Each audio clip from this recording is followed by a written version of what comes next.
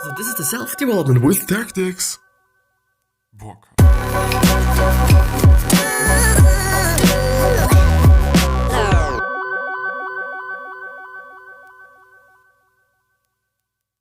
So, today we're going to once again go through Ultralearning by Scott Young, and I have figured out, actually, I think today while I was in the train, that I've already gone through this book. So yeah, but anyway, it's still a really cool book, and it still is a really good book indeed as well.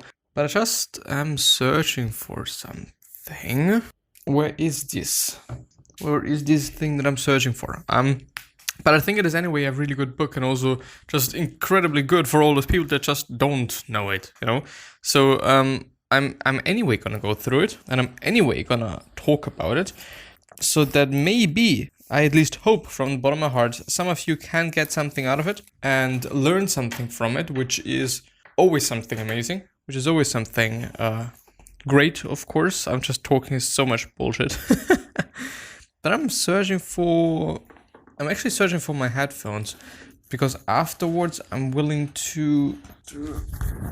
Because the thing is, I'm searching for my headphones because I need them to work out. Because when I'm working out, I really do like listening to something, listening to music and whatnot. I'm actually going through stages. On some periods of my life, I do like it, and some other periods, I just really don't like it. But at this point in time, it really helps me going through it. And I've also been able to structure my workout in a way that it's not killing me, just because I've been doing way too much, which leaves me with not that much sleep, which is not that nice and not that intelligent.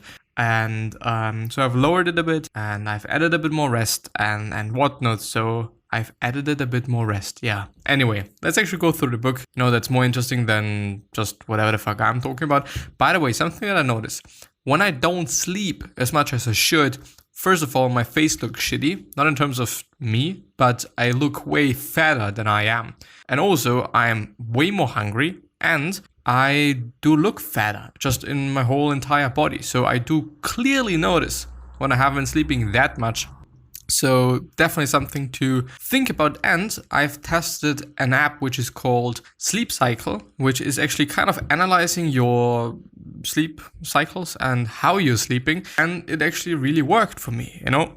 I've actually woken up like 5, 6, 7, 8, 9 times this night, which is not amazing, really not. So I haven't had the best sleep. But I've then had a look at the cycle or the graph that was shown to me, and it was actually pretty accurate, because I've always looked onto my phone. Maybe this is also how they have indicated that, but I don't know, my sleep wasn't that optimal today. But anyway, Chapter 7, Principle 4, Drill, Attack Your Weakest Point. Benjamin Franklin's mastery of writing is what made him great. It was how he practiced, the way he decided to break apart the skill of writing and practice its elements in isolation, which allowed him to apply this mastery to other pursuits. There are rate-determining steps in learning anything that acts as a bottleneck and determines your overall performance. Drills allow you to improve these rate-determining step in isolation, which will improve your overall performance. A direct then drill approach is first trying to practice a skill directly, then analyze the direct skill and try to isolate components that are either rate-determining steps in your performance or sub-skills you find difficult to improve because there are too many other things going on for you to focus on them. The final step is to go back to direct practice and integrate what you've learned. I think it sounds pretty good, pretty cool, pretty sensical, and pretty amazing. So yeah, maybe you'll try it out. Maybe you give it a shot. Drills. Drill 1, time slicing. Isolate a slice in time of the longer sequence of actions. Drill 2, cognitive components, and there is no description. Drill 3, the copycat. Copy the aspects you don't want to drill so that you can isolate the aspects you do, such as copying a painting from someone else, but practicing one aspect component. Which means, I guess, if you're painting something, then really focusing on the shading and not necessarily on the colors, which is one aspect of the whole thing. I assume. I don't know. I assume. And this thing there above pisses me off, so maybe when I reload it, and I do hope that I'm in the same space, yeah. Everything is fine now. Drill 4, the magnifying glass method. Spend more time on one component of the scale than you would otherwise. which is something that's incredibly important. And I don't know, like, I think it is beneficial in general, you know, to really focus on something from time to time. I don't just want to say that you should be focusing on one thing always, but maybe, for example, when it is about working out, okay, really focus on your muscle contraction, you know, just really consciously contracting your muscles. One thing to really focus on, which you might not be focusing on normally. Drill 5, prerequisite chain. Start on hard skills and learn prerequisite foundational skills as needed, which saves time from learning sub-skills that don't drive performance. Yes, you know, going for the really top hard tier whatever thing, because you're anyway gonna learn all the other things by learning this really hard top tier whatever thing. Reader's note, the section of drilling reminds me of the idea of removing the bottleneck to improve the overall performance of a system from the book The Goal by Elia Goldratt. Drilling is difficult, but something mentally strenuous provides a greater benefit to learning than something easy. I actually really gotta have to take a shit, I'm not gonna lie. But I'm a little bit in a hurry because I need to record, then I need to work out, and yeah, this is what I should be doing today. And yeah, I don't know, maybe, you know, this is something that I should be talking about in another episode, which is then gonna called my feelings and how pissed I am. No, this is not what it's gonna be all about. And I actually should be learning today, and this is also something that I am gonna do, so I'm not gonna waste any fucking time doing anything today, you know, watching some bullshit YouTube and so on and so on. But maybe I'm gonna just do it differently tomorrow. I'm gonna see. Chapter 8, Principle 5, Retrieval Test to Learn. Studies show testing yourself trying to retrieve information without looking at the text, aka free recall or self-testing, clearly outperform both simple review and concept mapping methods. This might be because you get feedback, and second of all, self-testing is more directly related to actual testing and therefore transfer is more likely. And I do want to point out, yes, it is always something that I do. I've always been doing it throughout my whole school career, and I think I'm still gonna do it later on in my life, and it really helped me. You know, it really helped me to know that I know what the fuck I'm talking about. And something that I always did is actually writing it down. So not only recalling it in my brain, but also writing it down, you know, so that I also kind of practice the writing down thing, just because when I'm writing a text or test, I also have to write something down. It's not like, I don't know, I say something and then that's it. But maybe, I don't know if it is actually a verbal test, which could also be the case in your case, then maybe just recalling it and basically saying it is a bit of a better idea than actually writing it down. Increasing the difficulty and testing yourself way before you are ready is more efficient compared to low-intensity learning strategies which involve less or easier retrieval. Giving a test later when information is not top of mind improves retention because it is more difficult. However, testing too late so that you forget the information entirely is not beneficial. I do, by the way, think that through testing you actually learn. You know, because, you know, okay, there is something and I've forgotten about that. And the next time when you're testing yourself, okay, this is something that is in my mind. So I do believe that it is actually really helping to learn things and not only seeing whether you already know it or not. If this makes sense what I'm referring to. Giving a test later when, however, testing you need to find a good midpoint. The concept of forward retrieval is that early testing may help for retrieval later on for information not yet learned. Nearly any fact or concept is now available to anyone with a smartphone, not a smartphone. However, this hasn't made the modern person thousands of times smarter than before. Being able to look things up is certainly an advantage, but without a certain amount of knowledge inside your head, it doesn't help you solve hard problems. No, it really does not. Entirely not. Useful methods to apply retrieval to almost any object or subject. Flashcards, free recall, the question book method, rephrase your recorded notes as questions to be answered later. What's harder and more useful is to restate the big idea of a chapter or section as a question because it requires deeper thinking. Yes, so I do kind of believe the more difficult it is, the better. If this somehow makes sense. I don't actually know. self-generated challenges, and closed book learning. Yeah. But I do want to point out that, and maybe this is something what they or he already meant before, when you kind of recall things very often, but you always miss out on something, but you learn it in that way, then this is not good and not cool and not great, because if which is then going to be actually the good option, if you actually come to the conclusion that you forgot about something, then this is something that you have to incorporate into your structure that is in your head. And I don't know, like, it's not necessarily something easy, nor cool, nor good, nor, I don't know, great for you as a learner. Chapter 9, Principle 6, Feedback, Don't Dodge the Punches. The ability to gain immediate feedback on one's performance is an essential ingredient in reaching expert levels of performance.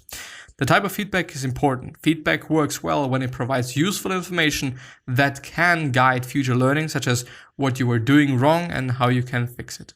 However, feedback often backfires when it is aimed at a person's ego.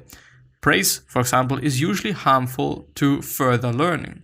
When feedback steers into an evaluation of you as an individual, it usually has a negative impact on learning. Yeah, ultralearners need to be sensitive to what feedback that is actually useful and tune out the rest. Fear of feedback often feels more uncomfortable than experiencing the feedback itself. It is not so much negative feedback on its own that can impede progress, but the fear of hearing criticism that causes us to shut down. Sometimes the best action is to dive straight into the hardest environment, which can reduce your fears of getting started initially. It will allow you to adjust accordingly if the feedback is too harsh to be useful. And yeah, if you start something really difficult, which, where you actually kind of should not be starting, then to some degree you could say, okay, this is a bad idea. But on the other hand, it is actually a pretty cool thing and a pretty smart thing to do as well. Because you know that you're shit at what you're doing. You know that you just have started it yesterday. You know.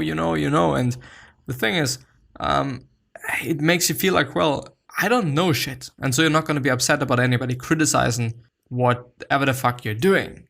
And giving you bad feedback and being a little bit too harsh and whatnot, just because you know that you're actually shit and you don't know things. So, I don't know. But still, I would say really starting something that's way too hard is really like, yeah, it's not satisfying any feeling, anything in you, basically.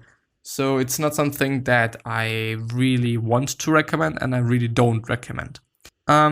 The 3 types of feedback: outcome feedback, informational feedback, and corrective feedback. Outcome feedback tells you how you're doing overall, but not what you're doing right or wrong, why or how to improve. Informational feedback can tell you what you are doing wrong, but not how to fix it. This is easy to obtain when you can get live, real-time feedback like an audience reaction. The truth: corrective feedback is the best type of feedback because it can show you what you're doing wrong and how to fix it. This type is typically only available through a coach, mentor, or teacher, or certain studying tools.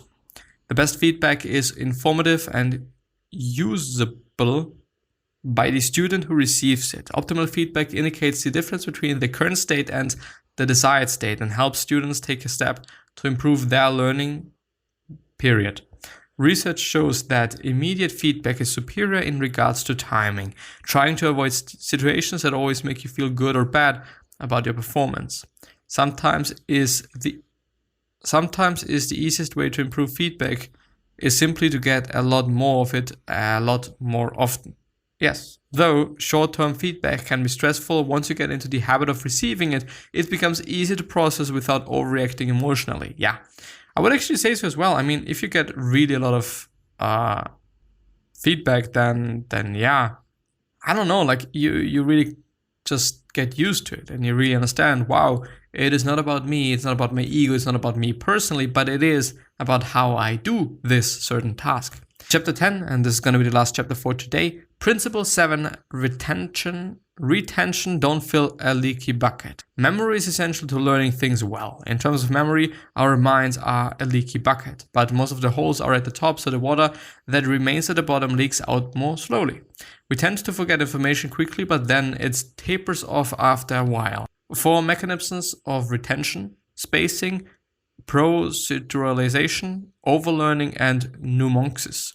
Spacing. Learning sessions over more intervals across longer periods of time helps with long-term retention, though lower performance in the short term because of forgetting. Another strategy for applying spacing is to semi-regularly do refresher projects. I do, by the way, like it. I do always try to learn or start learning as early as I possibly can, so that I'm not stressed out on one hand, and on the other hand can remember things a bit better. Procedural information tends to be stored for much longer, so it may benefit to you practice a core set of information instead of everything evenly. Yes, not all skills can become automatic and proceduralized. Overlearning is additional practice beyond what is required to perform adequately, which can increase the length of time that memory is stored. And I always do that. I've always done that, and it always really helped me. I've always learned more than I had to. I had to know this formula, but then just actually researching and looking up why it is this formula and why it is working this way and not in that way. And what I could just be doing with this, and where it is incorporated in all of these things, just because I then had multiple key points so that I don't forget about the initial thing. And yeah, I don't know, like it really helped me. Mnemonics: a picture retains 1,000 words. Book reference: Moonwalking with Einstein by Joshua Furr. Yeah, and this is it with chapter 10. The next time I'm going to go ahead with chapter 11, 12, 13, 14, and then that's it. So I'm going to finish up with it the next time, I guess. Let's actually highlight it so that I remembered shit. But yeah, I wish the best health of happiness and all success. I'm all gonna work out. But beforehand, I'm gonna take a shit. Thank you very much from the bottom of my heart. I really hope that you're doing fine. And yeah, I wish the best health of happiness and all success. And I also hope that you're gonna remind yourself and you're gonna be remembered, which basically means your legacy and basically means just being a nice person, then also being remembered as a nice person, which is a pretty fucking cool thing.